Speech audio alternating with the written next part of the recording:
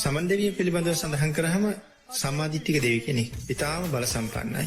සම්මාදිට්ඨික දෙවි කෙනෙක් කියලා සඳහන් කරාම වෙසමුණි දිව්‍ය රාජයා. වෙසමුණි දිව්‍ය රාජයා කියලා කියන්නේ සතරවරන් දෙවියන්ගෙන් එක්කෙනෙක්.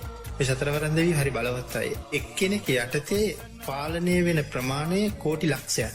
එක දෙවි කෙනෙක් යටතේ පාලනය වෙන ප්‍රමාණය කෝටි ලක්ෂයක්. ඔය සමන් දිව්‍ය රාජයා භාග්‍යවතුන් වහන්සේගෙන්ම බණහල සෝවාන් වෙච්ච කෙනෙක්. නිසා විශාල බලයක් තියෙන එවන් දෙවි කෙනෙක් තමයි ශ්‍රී පදාඩවිය ආරක්ෂා කරගෙන වැඩ වසන්නේ. එහෙමයි. ඒ භාග්‍යවතුන් වහන්සේගේම ආඥාවෙන්.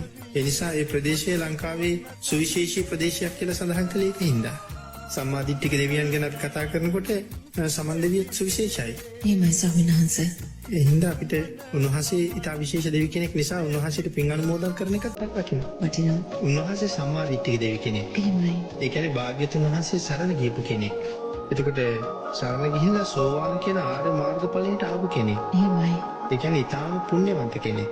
සසරෙන් මිදෙන්න තව ආත්ම 7ක ජීවිතයක් විතරයි උන්වහන්සේට තියෙන්නේ. ඒ නිසා ඒ වාගේ උත්තරමයකට දැන් අපි සමන් දෙවියෝ කියලා කියන්නේ ඒ උපසම්පදා සීලේ ඊට වඩා ඉහළ මට්ටමකට ඇවිල්ලා සෝවාන් කියන ආර්ය මාර්ගඵලයට ඇවිල්ලා.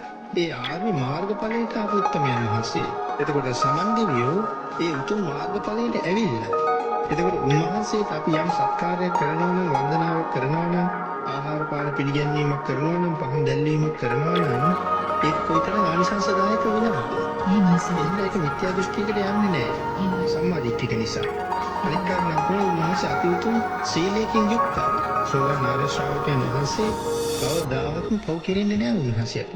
කිසිම පාපයක් කිසිම දවසක කෙරෙන්නේ නැහැ. මුළු ජීවිතේම සීල සම්පන්නයි. සතර අපායක යන්නෙම නැහැ නිවන් දක්නා ජාති දක්වා. ඒ තරම් උත්තමයේ කුදෙසා පූජා පවත්වන කෙනෙක් තා විශාල ආනිසංසදායක සිදුවීම.